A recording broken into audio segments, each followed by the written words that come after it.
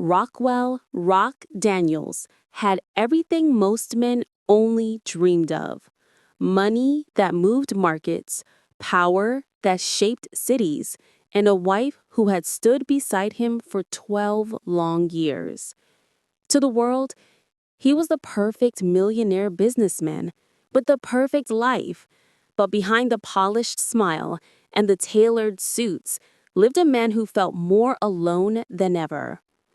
His marriage to Emily had become quiet, distant, and so routine that even their arguments had stopped. It was in the middle of this emptiness that she walked into his life. Effa, the new office girl with soft eyes, simple clothes, and a confidence that didn't come from labels or luxury. She didn't care about his wealth, and that was the first thing that shook him. She treated him like a man, not a millionaire. And before Rock even noticed it happening, he started looking for her smile every time he stepped into the building. Days turned into weeks, and what started as small conversations turned into stolen glances, long nights at the office, and a connection he had never expected to feel again. He told himself he was being stupid, that he was just lonely, that it was harmless. But one night, when they were the last two left in the building, Rock looked at Effa and saw a warmth that he had been missing for years. The moment he touched her hand, he knew he had already crossed the line.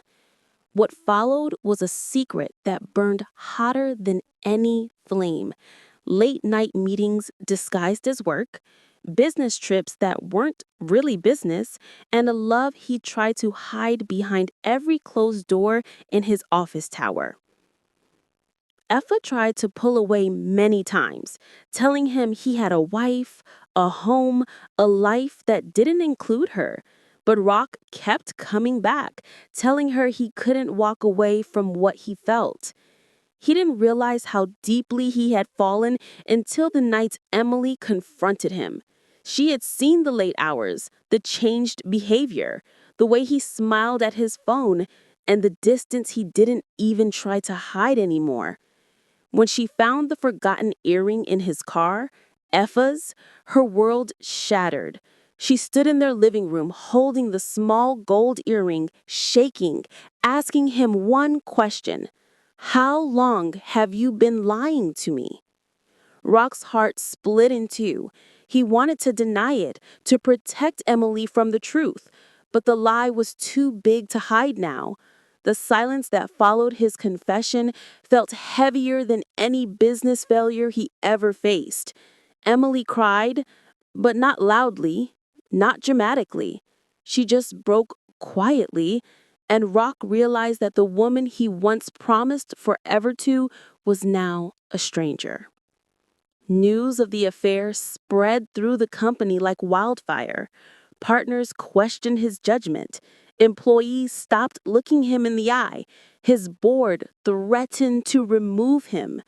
Effa, scared of destroying Rock's life, begged him to let her go so things could return to normal. But Rock knew it was too late for normal. He had crossed a line he couldn't uncross, and the price was far greater than he ever expected. For weeks, he lived in two different worlds: one where he faced the wreckage of his marriage, and one where he tried to protect Effa from the storm he had created. He realized then that money couldn't fix everything, that power couldn't heal what he had broken, and that desire came with consequences no one warned him about. In the end, Rock stood alone in his penthouse, looking out at the city he once ruled, feeling the weight of every choice he had made. He didn't know if Emily would ever forgive him, and he didn't know if Effa would stay in his life or walk away to save her own.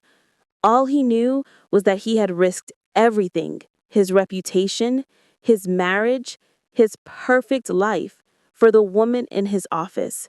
And now, all he had left was the truth he could no longer escape. Love is powerful. Desire is dangerous. And even a millionaire can lose everything when he forgets what really matters.